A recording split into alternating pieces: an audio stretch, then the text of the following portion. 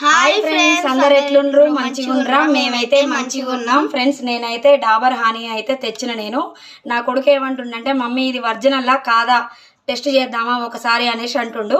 ఎట్లా చేస్తారు నాన్న అని నేను అడిగితే, నాకు తెలుసు మమ్మీ నేను చేసి చూపిస్తా అంటుండు. ఎట్లనో చూద్దాం, మన అందరికీ ఉపయోగపడుతుంది కదా. ఒకసారి అయితే చూద్దాం. నా కొడుకు అయితే టెస్ట్ చేస్తాడంట. ఓకే ఫ్రెండ్స్, నేనైతే ఒక బౌల్ తీసుకున్నా.